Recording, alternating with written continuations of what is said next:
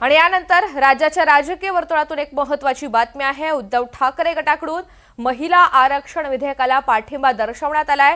प्रियंका चतुर्वेदी यांच्यानंतर किशोरी पेडणेकर यांनी सुद्धा समर्थन दर्शवलंय। चित्रा वाघ यांनी किशोरी पेडणेकर यांची भेट घेतली। किशोरी पेडणेकर यांनी नारी वंदन विधेयकाला आपला पाठिंबा दिला।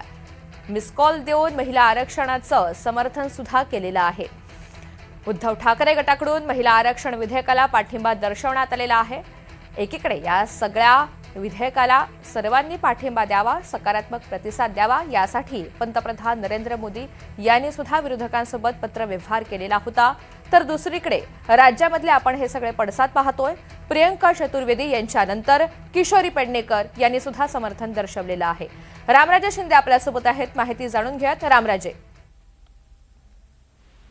बिलकुल उद्धव ठाकरे गटाकडून महिला आरक्षण विधेयकाला पाठिंबा मिळताना दिसतोय, कारण प्रियंका चतुर्वेदीनंतर किशोरी पेडणेकर यांनी सुद्धा पाठिंबा दिलेले आहे।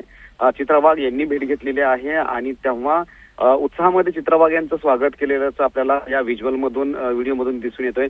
परंतु एकीकडे इंडिया आघाडीमध्येच मतभेद दिसून येत आहेत स्पष्टपणे। सोनिया गांधी यांनी आज एक आर्टिकल लिहून सरकार महिला विधेयकाची घाई का करते असा प्रश्न उपस्थित केलेला आहे। आणि त्याचबरोबर की सरकार महिला आरक्षण हा मुद्दा नाहीये, परंतु आताच ही संपूर्ण डिलिमिटेशनची घाई का केली जाते हा मुद्दा आहे। अशा अनेक प्रश्न जे आहेत ते उपस्थित केले सोनिया गांधींनी। तर दुसरीकडे असलेले शिवसेना उद्धव ठाकरे यांच्या पक्षानं मात्र पक्षामधील महिला ज्या नेते आहेत त्या मात्र मिस कॉल देऊन महिला आरक्षणाला पाठिंबा दाखवत आहेत। त्याच्यामुळे हे दोन्ही इंडिया आघाडीमधले जे आहेत ते मतभेद महाविकास आघाडीमधले हे स्पष्टपणे दिसून येत आहेत। आता आणखीन भेटीगाठी केल्या जाणार आहेत।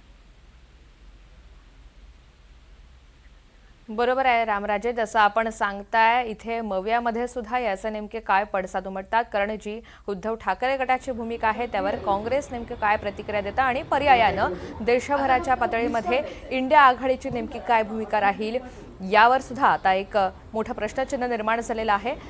चित्रा वाघ यांनी जेव्हा भेट घेतली तेव्हाची आपण ही दृश्य पाहतोय। अभिनंदन, 33% महिला